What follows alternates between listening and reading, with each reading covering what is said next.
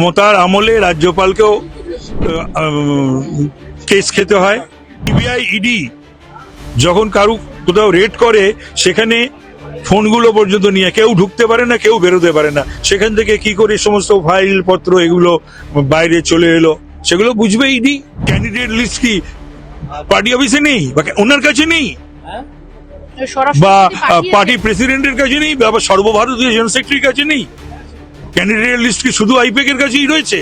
আমার বাড়িতে ইডি আসার পরে দলের তরফ থেকে একজনও কেউ ফোন করেনি বা আমাকে ডাকেনি। দেশের আইন অনুযায়ী আইনি পদক্ষেপ বা যা যা করার সেটা কিন্তু ইডির করা উচিত বলে আমি মনে করি। ইডি বা সিবিআই এলে সেখানে সিএম বা সিপি চলে যাবে, এটা একদম ঠিক নয়।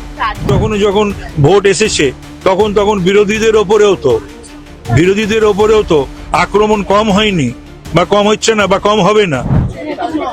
আমরা যেটা দেখেছিলাম রাজীব কুমারের সময় মুখ্যমন্ত্রী মমতা বন্দ্যোপাধ্যায় স্বয়ং একেবারে তার বাড়িতে উপস্থিত হয়েছিলেন। আজকে আইপ্যাকের সেদিনও ঠিক করেননি, আজও ঠিক করেননি।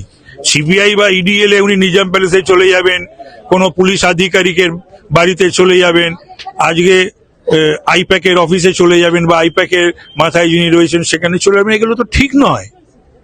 তার কারণ হচ্ছে উনি যদি মনে করেন আইনি সহায়তা দিক তাদের, বা তারাও তো যথেষ্ট তাদের অর্থবান, হাইকোর্ট সুপ্রিম কোর্টে তারা যেতেই পারেন ইডির বিরুদ্ধে যে ইডি অন্যায় করছে বলে, তো সে তার তো শুনানি হতে পারে।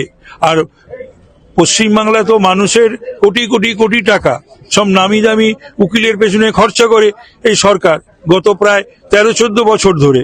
তাহলে তাদেরকে কাজে লাগাতে পারে তো মমতা ব্যানার্জি হাইকোর্ট বা সুপ্রিম কোর্টে। আপনি যখন তৃণমূল কংগ্রেসে ছিলেন তখন আপনার বাড়িতেও ইডি অভিযান হয়েছিল এবং আপনার যে অভিমান প্রকাশ পেয়েছিল পরবর্তীতে যে কেউ দলের তরফে সহযোগিতা করে না, সেটা তার কারণ হচ্ছে যে একজন এমপি মমতা ব্যানার্জির কাছে কনসেন্ট নিয়ে আমার বাড়িতে ইডি পাঠিয়েছিল।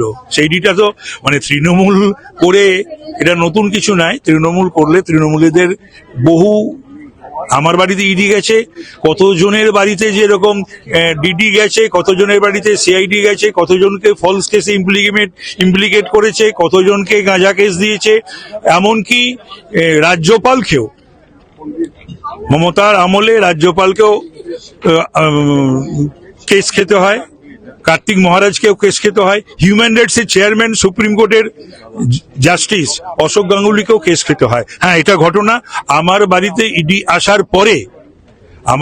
ইডি আসার পরে দলের তরফ থেকে একজনও কেউ ফোন করেনি বা আমাকে ডাকেনি বা আমার পরিবারের কারোর সঙ্গে কথা বলেনি, এটা কিন্তু ঘটনা। হয়তো তাই বরঞ্চ আমি এটা শুনেছিলাম আমার বাড়িতে ইডি রেড হয়েছিল 12ই জানুয়ারি 24, 5ই জানুয়ারি সন্দেশখালীতে ইডি রেড হয়েছিল, আর 27শে জানুয়ারি 24 মমতা ব্যানার্জি অ্যাসেম্বলিতে অন রেকর্ড বক্তৃতা করেছেন। সেটা কিন্তু বলেছিলেন যে ইডি টার্গেট করেছে শেখ শাহজাহানকে, মানে উনি এদের পাশে দাঁড়ান। তিনি আজকে প্রতীক জৈনের বাড়ি থেকে একেবারে বেরিয়ে ঝাঁঝালো আক্রমণ শানালেন স্বরাষ্ট্রমন্ত্রীকে। আমার মনে হয় যে এর বিরুদ্ধে দেশের আইন অনুযায়ী আইনি পদক্ষেপ বা যা যা করার সেটা কিন্তু ইডির করা উচিত বলে আমি মনে করি। তার কারণ ইডি সারা ভারতবর্ষের বহু জায়গাতেই রেড করেছে, বাংলাতেও করেছে। তো সুতরাং এর পূর্বেও অনেক মুখ্যমন্ত্রী, প্রাক্তন গৃহমন্ত্রী বা আরো অনেকের এরকম ধরনের সিবিআই বা ইডি রেড হয়েছে। সুতরাং বাংলা তো আর ভারতবর্ষের বাইরে নয়, আর সংবিধানের বাইরে নয়, ল অফ দ্য ল্যান্ডের বাইরেও নয়। তো সুতরাং এক্ষেত্রে যা যা করার করেছে, এটাকে নিশ্চয়ই যে কোথাও ইডি বা সিবিআই এলে সেখানে সিএম বা সিপি চলে যাবে, এটা একদম ঠিক নয়। আজকে যে এই যে ইডি অভিযান, এটা 2-2.5 বছর আগের একটা মামলা। তৃণমূল কংগ্রেসের পক্ষ থেকে যেটা সবসময় বলা হয় যে ভোট আসলেই ইডি সিবিআই এর তৎপরতা বেড়ে যায়, কি বলবেন?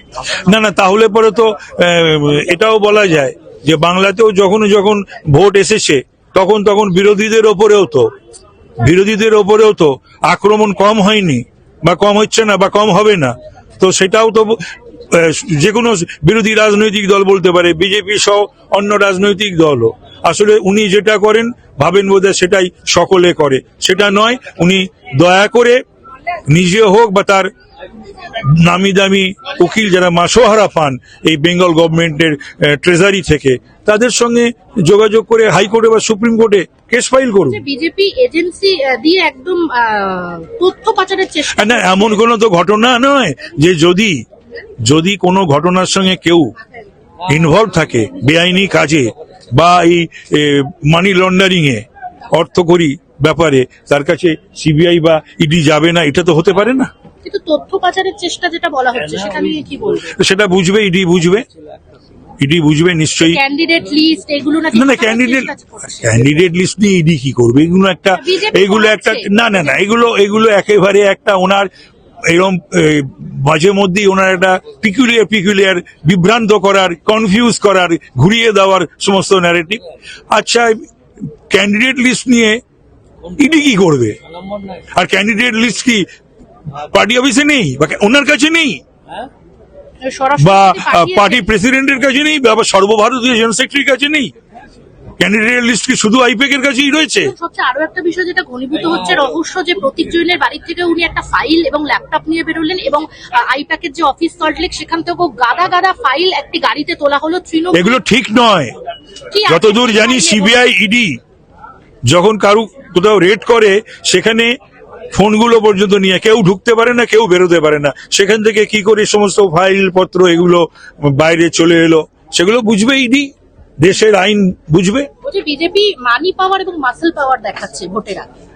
না, এই সমস্ত কথাবার্তা উনি বলেন বটে, কিন্তু সেটা যদি বিজেপি দেখাতো বা কেন্দ্রের সরকার দেখাতো তাহলে বোধহয় বাংলার অনেক দিন আগে ভালো হতো এবং বাংলার মানুষ সেটা চেয়েছিল বা চায়, কিন্তু কখনোই।